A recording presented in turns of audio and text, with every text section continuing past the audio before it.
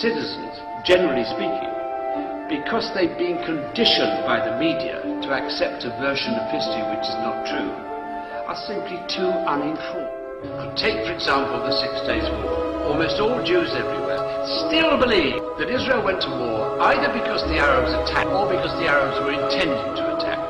Israel went to war because its military and political hawks insisted that the Arabs were about to attack. The truth of history, which flows fully documented through both volumes of my book, is that Israel's existence has never ever been in danger from any combination of Arab force.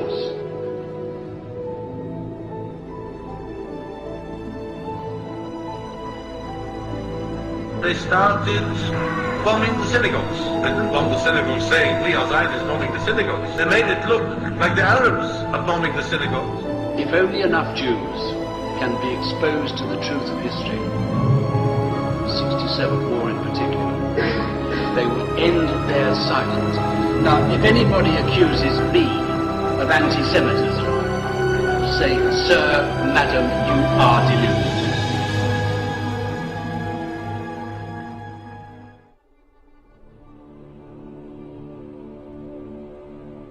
Israel has broken more United Nations Security Council resolutions than all the other countries of the world put together. And for 60 years they've been allowed to occupy territory by violent military means in defiance of international law. Context that's often missing from the current reporting is that the Palestinian uprising is a 4-year-long occupation. There's no occupation in the story, then the story doesn't really make sense, and the occupation is frequently missing.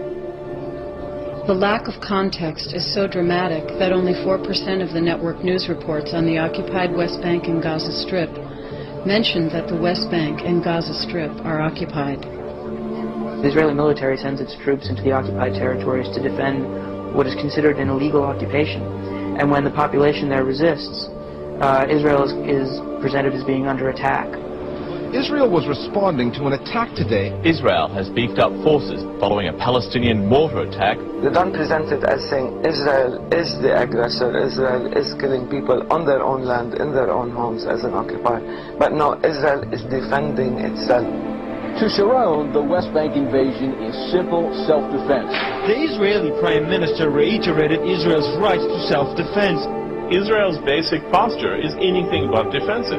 Israel is the only country in the world right now which, in contravention to UN Security Council resolutions, maintains tens of thousands of heavily armed troops outside its borders in somebody else's country for the sole purpose of taking them and in the process forcing them to live under the worst form of tyranny imaginable, which is a foreign military dictatorship.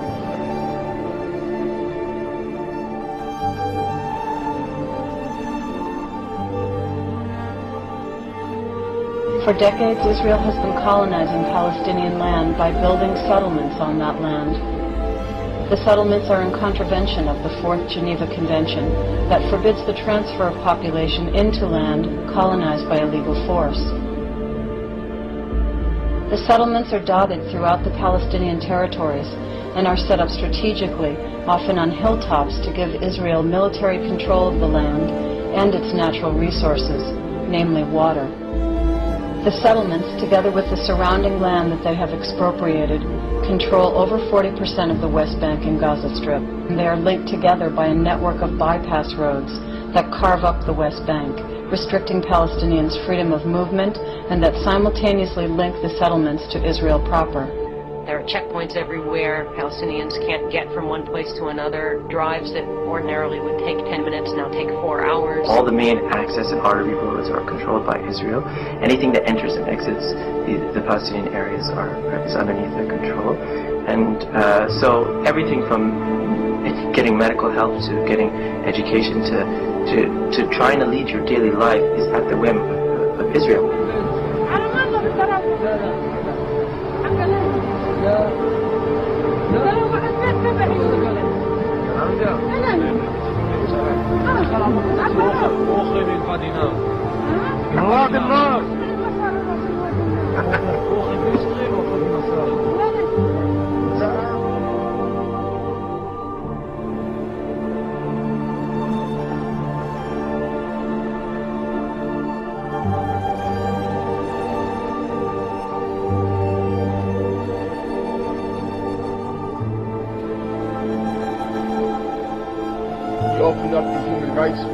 report that says that Israel committed humanitarian crimes and crimes against humanity.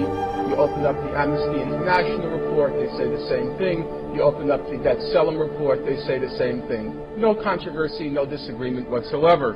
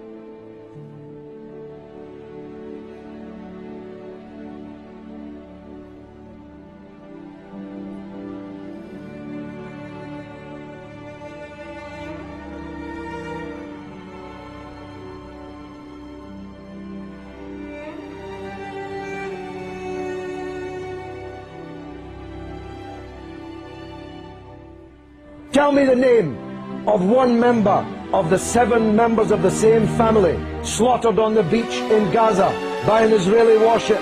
You don't even know their name, but you know the name of every Israeli soldier who is being taken prisoner in this conflict, because you believe, whether you know it or not, that Israeli blood is more valuable than the blood of Lebanese or Palestinians. That's the truth, and the discerning of your viewers already know it.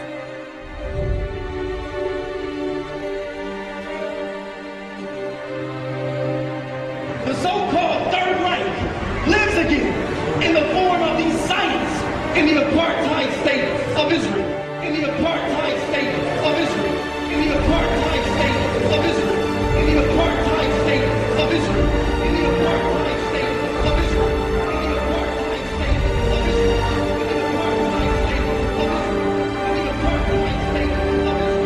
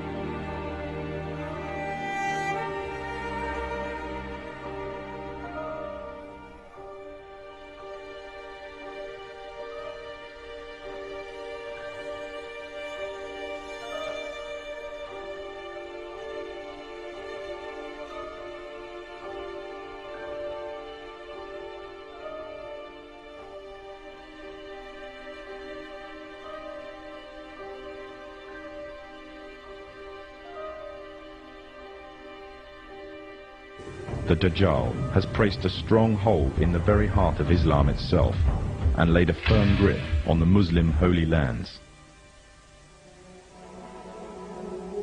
But although they plan, Allah also plans, and Allah is the best of planners. The final victory will be with the Muslims.